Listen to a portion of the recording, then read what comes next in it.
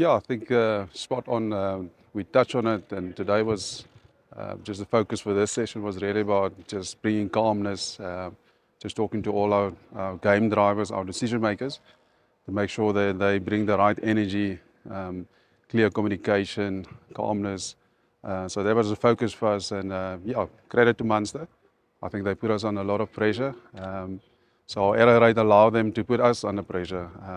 So hopefully we can take the lessons from that game and obviously take it into the next game, which is the Cardiff game. Yeah, I think that it starts in training. And as I mentioned, I was that look, if you look at all our decision makers, because we've still got young players under pressure. So what do you do when you're under pressure? You have to simplify, whatever your plan is, keep it simple, easy options. So we touch a lot on that. Yeah, when we feel the pressure, and I think you got to take it game by game. So what worked against Leinster, the biggest mistake you can make is now I think it's going to work against Munster. So when you're under pressure, it's all about making sure that you simplify things. Go for simplicity. Keep it simple. We got a default plan, and yeah, hopefully against Cardiff now we can execute that plan. Because it starts in training. It's about really bringing lots of calmness, clear comms, clear communication, and just the right energy and making good decisions. Yeah, if you look at the stats defensively, and spot on with your summary of it, they're quite strong. They bring a lot of physicality in the contact. They're making double leads. They're bringing choke tackles. So there's a lot of two-man tackles defensively at the breakdown. They're forcing a lot of turnovers. So the biggest mistake for us is to think it's just going to happen. We need to earn the right to go and score tries. How we're going to do that is firstly get in the right positions on the field, get a good base, a good set piece, get over the gain line, make sure on the back of that, we're making good decisions to use those opportunities. Yeah, the lucky thing, or the good thing about having Sanele and Jordan and even Johnny, we got playmakers that can play 10 and 15. Jordan can also back up as a 12. So it's all about making sure in the backfield we've got the right players there that can either give us kicking options or running options. Yeah. Then it's just our view is that look, we've got Sanele there. He's been good for us over the last few games or so many games. But Jordan's also as a 12 brings something different. His physicality, his kicking, but also his playmaking skills. So I think whether it's from first phase or in general play.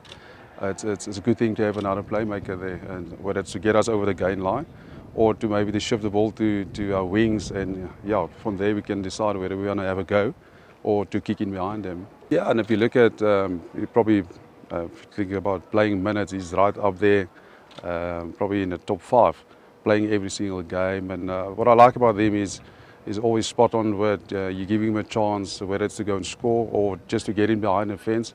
He's really good with his 1v1 ability, and yeah, his aerial skills are also good. So yeah, we're lucky to have him. Edwell on the other side is also playing some good rugby.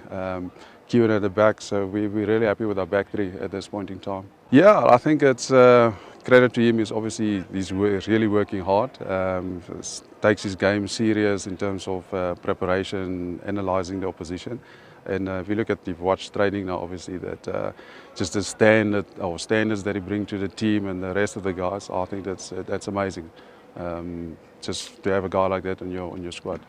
So I was lucky to work with someone like Ian McIntosh. So he used to share the story about someone asked him to come in and help his team with scoring tries, and he said he arrived at training and the first question he asked was, okay, where are the forwards?